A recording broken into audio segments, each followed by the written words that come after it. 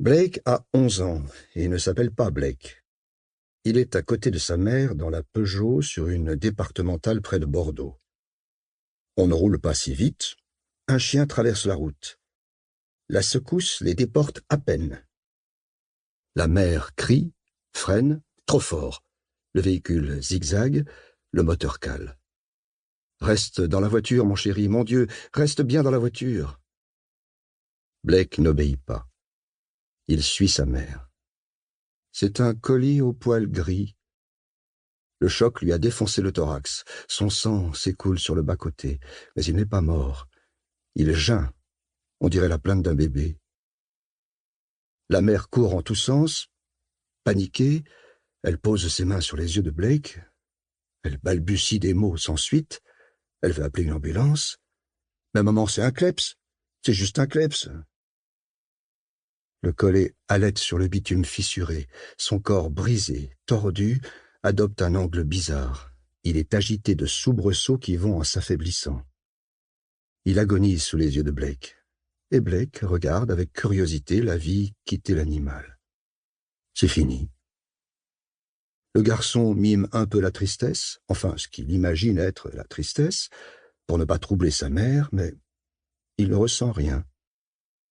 La mère reste là, glacée, devant le petit cadavre.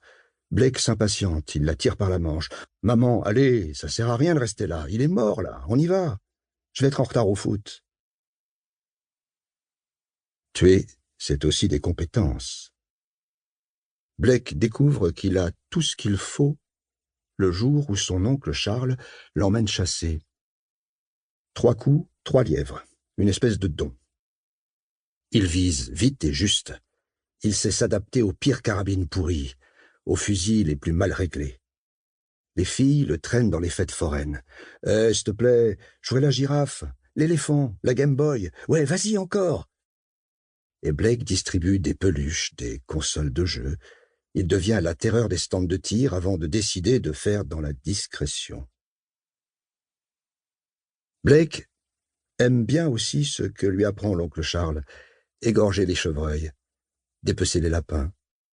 Qu'on se comprenne bien, il ne prend aucun plaisir à tuer, à achever l'animal blessé. Ce n'est pas un vicelard, non. Ce qui lui plaît, c'est le geste technique, la routine sans faille qui s'installe à force de répétition. Blake a 20 ans.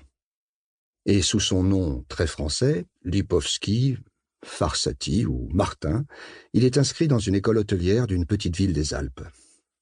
Ce n'est pas un choix par défaut. Attention, il aurait pu faire n'importe quoi. Il aimait l'électronique aussi, la programmation.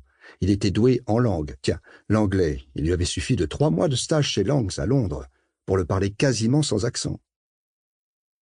Mais ce que Blake préfère par-dessus tout, c'est cuisiner. Pour les moments de vide à composer une recette, le temps qui s'écoule sans hâte.